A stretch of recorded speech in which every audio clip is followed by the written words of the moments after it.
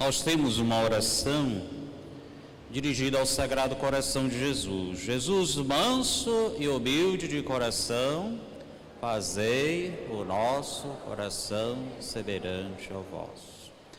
Esta invocação nos coloca dentro deste pedido, sabendo que o coração de Deus é um coração divino, humano, e que a gente precisa amar como Deus ama. Quem aqui pode dizer que sabe de fato amar verdadeiramente? Jesus nos demonstrou como se deve amar. No alto da cruz, doação de si mesmo, sacrifício da própria vida. A primeira leitura, tirada do profeta Zacarias, é um alerta para Jerusalém, para poder receber o rei que vai chegar, mas ele vem sobre as vestes da humildade, mas também vem anunciando a paz. E sabemos muito bem que antes de Jesus ser crucificado em Jerusalém, ele entrou triunfalmente, atualizando esta profecia. Aquilo que nós celebramos no domingo de Ramos, onde todo mundo, viva, viva, Hosana nas alturas ao Rei, filho de Davi. E Jesus não entra em Jerusalém em cima de um cavalo. Ele entra em cima de um jumentinho, atualizando essa profecia, símbolo da humildade e da simplicidade. Mas entra como o Rei da paz, como o profeta Zacarias realmente tinha anunciado.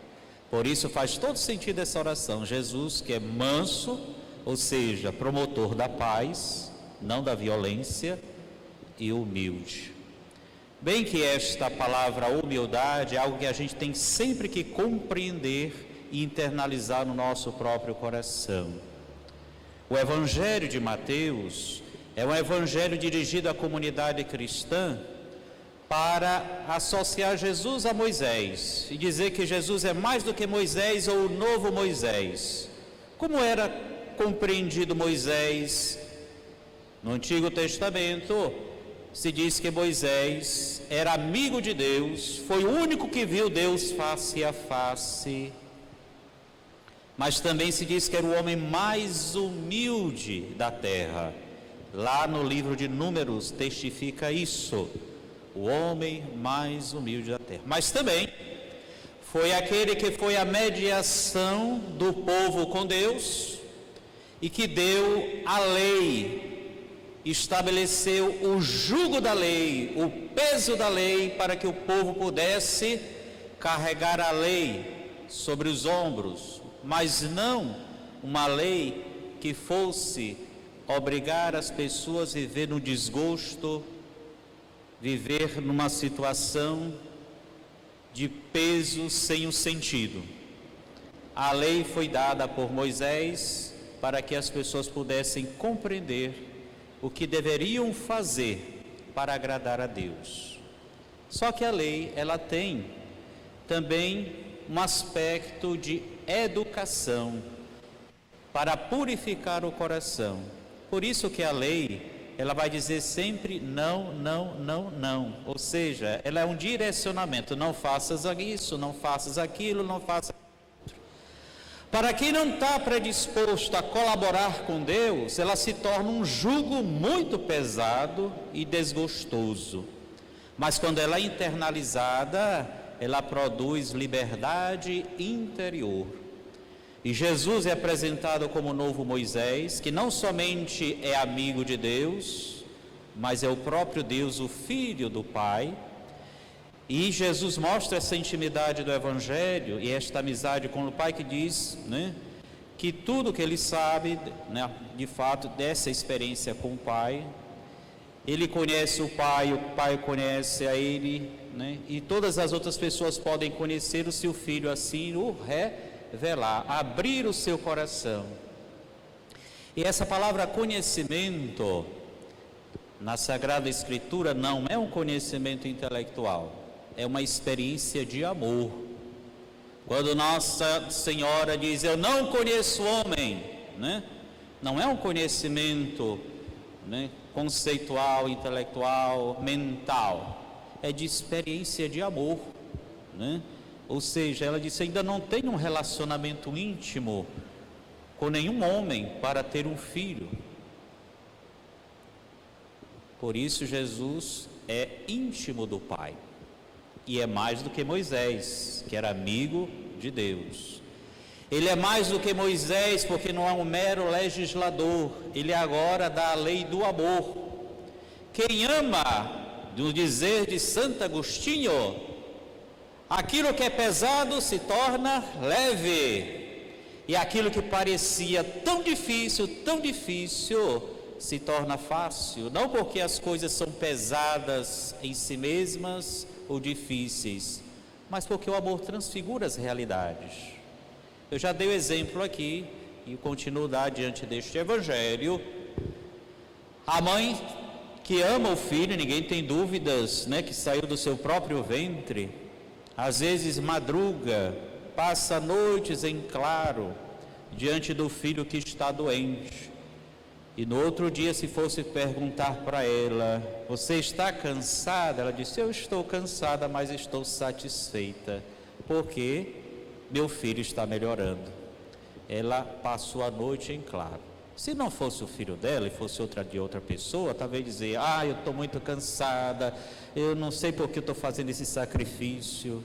Mas como é para o próprio filho e é uma atitude de amor, todo sacrifício é pouco pelo bem da pessoa amada, né? Se nós compreendêssemos isso, compreenderíamos também o gesto de amor de Jesus. Todo sacrifício é pouco por aqueles que Ele ama. Ninguém tem maior amor do que aquele que dá a vida pelos seus amigos. E nesse sentido, nós encontramos a humildade de Jesus e a mansidão de Jesus neste amor pelo Pai, e que Ele quer compartilhar também com cada um de nós, abrindo o seu coração a quem Ele quer revelar. Quem Ele quer revelar? Aos simples e aos humildes. E só na simplicidade e na humildade a gente pode compreender certas coisas de Deus na nossa vida. Quando a gente se enche, ou quando a gente se acha, quando a gente se enche é o orgulho. Quando a gente se acha mais do que os outros, é a vaidade. E aí a gente perde a trilha, perde o caminho do amor, a gente perde o direcionamento da nossa vida, porque a gente começa a se centrar em nós mesmos, a girar em torno de nós mesmos. E as duas filhas do egoísmo, que é o orgulho e a vaidade, né? A gente até pode dizer, ou então alguém pode dizer, mas Jesus, quando afirma, aprendei de mim que sou manso e humilde de coração, ora, Ele está afirmando que Ele é humilde. Mas aí, quando você se diz que é humilde, já não perdeu a humildade? Quando Nossa Senhora também nos diz assim, no Magnífica, o Senhor olhou para a humildade de sua serva. Quando ela afirma isso, ela já não está deixando de ser humilde? Quando diz que tem essa virtude?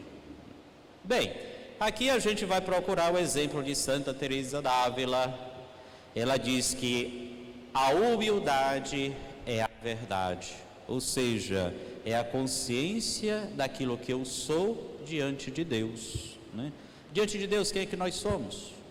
Só podemos encontrar o nosso nada, mas a gente não pode negar e valorizar os dons que Deus depositou em mim. Eu não tenho esse dom, eu me acho assim. Tanto que às vezes se confunde humildade com complexo de inferioridade.